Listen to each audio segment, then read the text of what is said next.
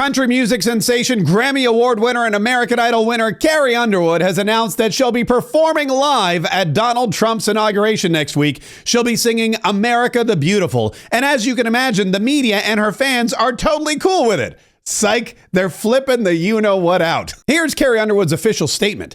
I love our country, and I'm honored to have been asked to sing at the inauguration. I am humbled to answer the call at a time when we must all come together in the spirit of unity and looking to the future. How did the Daily Beast report on this story?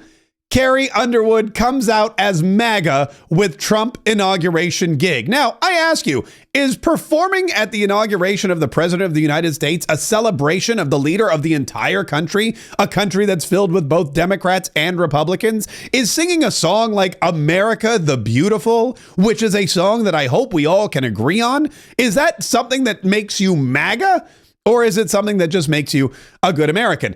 Here's what they wrote. Carrie Underwood is stepping into the political arena and doing so on one of its largest stages. The country singer, who has remained mum on her politics, is set to perform the song America the Beautiful at Donald Trump's inauguration on Monday, the president-elect's transition team said. Trump struggled ahead of his 2017 inauguration to find major names to perform with Elton John, Celine Dion, Andrea Bocelli, and Garth Brooks, all reportedly declining invitations. I'll be honest, I didn't want to see any of those people anyway. I'd much rather see Carrie Underwood. She's going to be much better.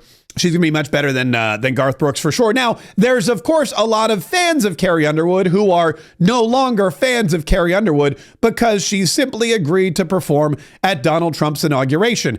Deborah Deutsch wrote, so apparently I am no longer listening to Carrie Underwood's music. Wow. Just wow. So disappointed. Deborah Deutsch goes by Book Lover Novel, so I guess she'll be reading a lot more and listening a lot less. Sorry about that, Deborah. DJ Politics wrote, like water is wet and fire is hot. You're wrong again. Sure, commie orcs like you will stop listening, but you're the minority. People who don't hate this country won in November and will all be listening and buying even more Carrie Underwood. I didn't buy her music before. Now I will. By the way, my favorite part of this tweet is commie orcs. If you watch my videos on a regular basis or if you watch my live streams, get ready. I'm going to be using the term commie orcs a lot more in the future. Zach MW02 wrote, Carrie Underwood just became a better country music singer. Rose Gard, who apparently is Canadian, goes by Rose Lee. She wrote, Carrie Underwood and American Idol, you just blew it, Carrie to sing at Orange Felon's inauguration? Vomit face. Calm down, Rose Gard. Listen, I bet you're going to enjoy Carrie Underwood a lot more when you become the 51st state. Trust me, you're right. Now go eat some poutine and be quiet. This is one of my favorites. The Angry Black Man wrote in response to Kick-Ass Liberal, one of the best ways to show love for your country is to reject extremism from both sides. Apparently, Carrie Underwood doesn't agree and is okay with dictatorship on day one. I'm going to be honest with you. This tweet seems like, well, extremism from one particular side. So, you know what? I'm just going to reject it.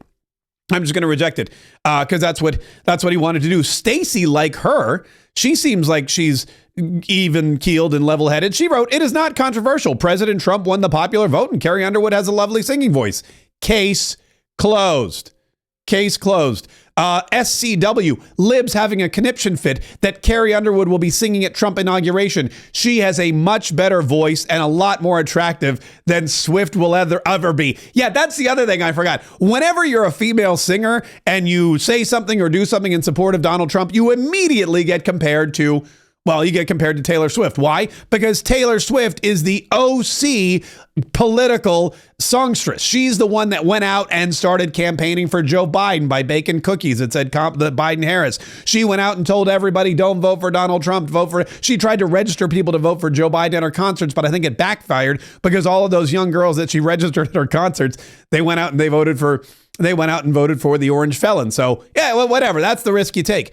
One of her biggest supporters, somebody who jumped out immediately in favor of Carrie Underwood, was John Rich. John Rich, who is another country music legend. He's a singer. He's a songwriter. He's a producer. Half of the team of Big and Rich, who had that song "Ride a Horse, Save a Cowboy." No, wait.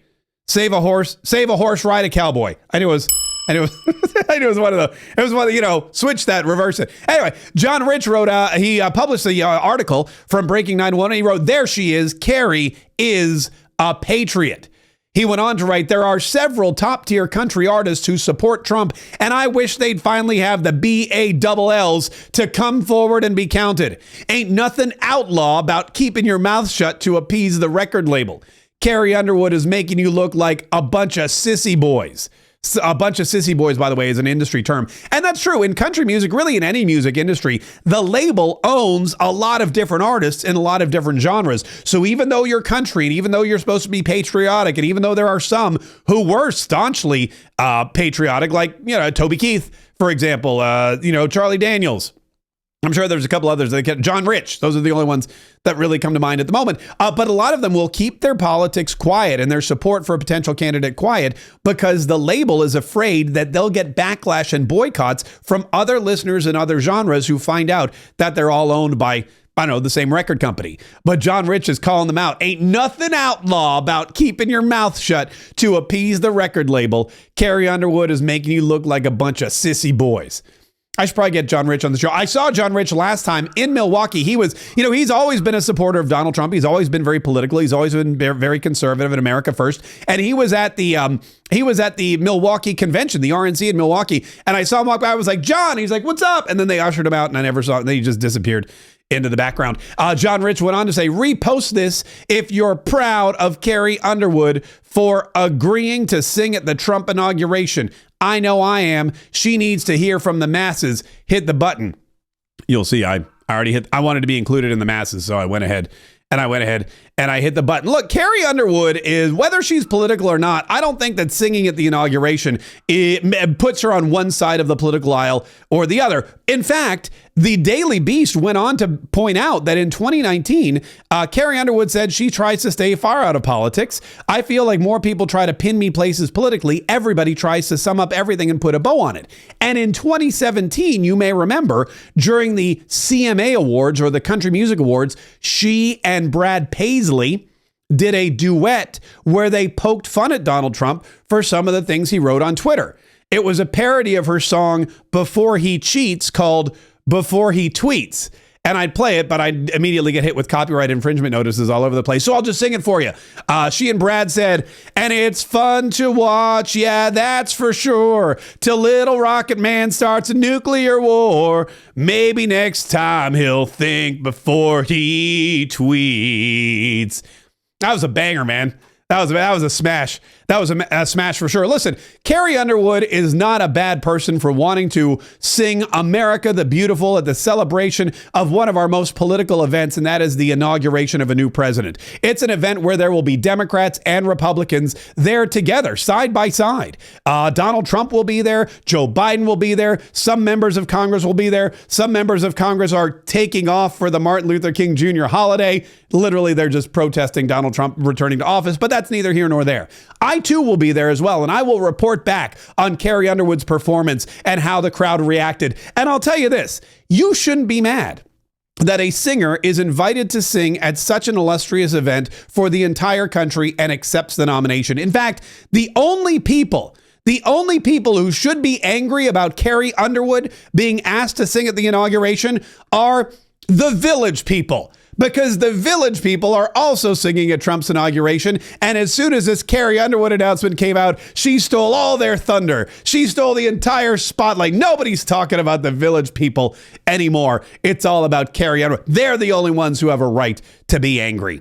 If you enjoyed any part of this video, do us both a favor. Make sure you hit like, subscribe, and set those notifications, because I'll be bringing you more great commentary every single day from now until, well, I stop, which will be a very long time from now. Hit like, subscribe, set the notification bell. Do it now.